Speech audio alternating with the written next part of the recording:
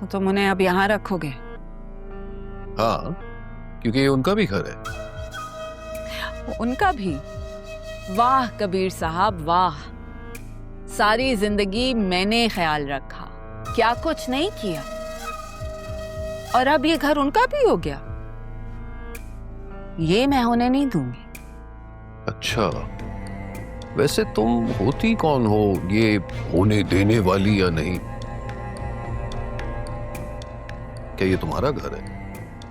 खुदा ना खास्ता अगर ये तुम्हारा घर होता ना नरमीन, मैं ये गलती कभी नहीं करता, अपनी पहली बीवी और पहली बेटी को यहां कभी नहीं लाता।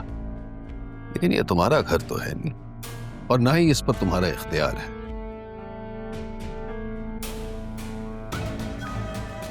वो औरत जिसको तुमने मुझ पर फौकियत दी थी और फिर अपनी माँ के कहने पर मुझे उस पर ले आए थे, पहली बेटी जिसकी तुमने कभी शक्ल भी नहीं देखी थी, एकदम से उसके ऊपर इतना प्यार क्यों आ रहा है? क्या हुआ कबीर, जमीर झंझोड़ा है या अपने बुढ़ापे के लिए पुराने सहारे ढूंढ रहे हो? शायद तुम भूल रही हो नरमीन, तुमसे तो मैं शादी कभी करना ही नहीं चाहता था। तारा को मैं कभी नहीं छोड़ना चाहता था, लेकिन क्या करता, मजबूर था ना। सिर्फ और सिर्फ अम्मी की जिद की वजह से ये की थी। अम्मा की वजह से या मेरी स्कूल की लगी बंदी नौकरी की वजह से? तुम्हें जो समझना है समझ लो नरमीन। एहसान गिनवाकर अगर तुम्हें सुकून मिलता है तो कर लो अपने शौक पूरे,